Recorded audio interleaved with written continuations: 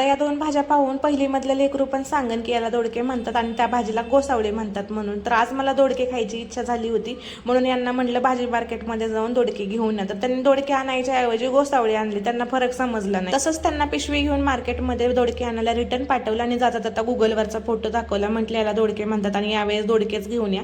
तर दोडके आणेपर्यंत मी इकडे वाटण रेडी करून घेतलं, खोबरं, धने सोबत लसण आणि कांदा व्यवस्थित परतून घेतला आणि त्याचं वाटण मिक्सरला लावून बारीक करून घेतलं। तेलामध्ये हळद टाकली, लाल मिर्च पावडर ऍड केली, काळा मसाला ऍड करून घेतला, छानपैकी तेलामध्ये परतून घेतलं। त्याच्यामध्ये तयार केलेलं वाटण ऍड करून घेतलं। वाटण थोडं कोरडं वाटत होतं म्हणून थोडंसं पाणी ऍड केलं गरमवालं आणि छान असं तेल सुटेपर्यंत परतून घेतलं। त्याच्यामध्ये साल काढून कट करून घेतलेले दोडके मी ऍड करून घेतले। एक बटाटा घरामध्ये पडून होता त्याला पण साल काढून व्यवस्थित कट करून टाकून दिला। हरभऱ्याची डाळ अर्धा तास भिजू घातली होती ती पण ऍड करून घेतली।